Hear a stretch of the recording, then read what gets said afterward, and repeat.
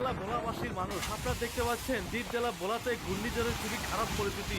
দর্শক আপনারা ভিডিওটি সবাই শেয়ার করে সবাইকে দেখার সুযোগ করে দেন। দেখতে পাচ্ছেন পানির যে কি পরিমাণ গতি, ভোলা চরপেশন চর অঞ্চলের মানুষগুলো খুবই বিপদে আছে। আজকে ভিডিওটি সবাই শেয়ার করে সবাইকে দেখার সুযোগ করে দেন।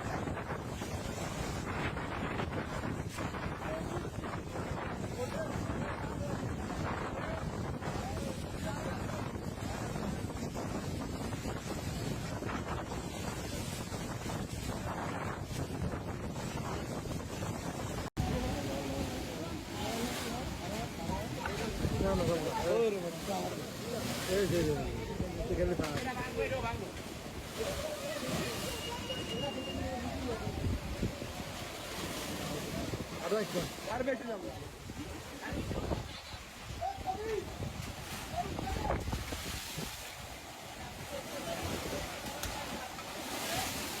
পেটুয়া লঞ্চ ঘাটের এই অবস্থা।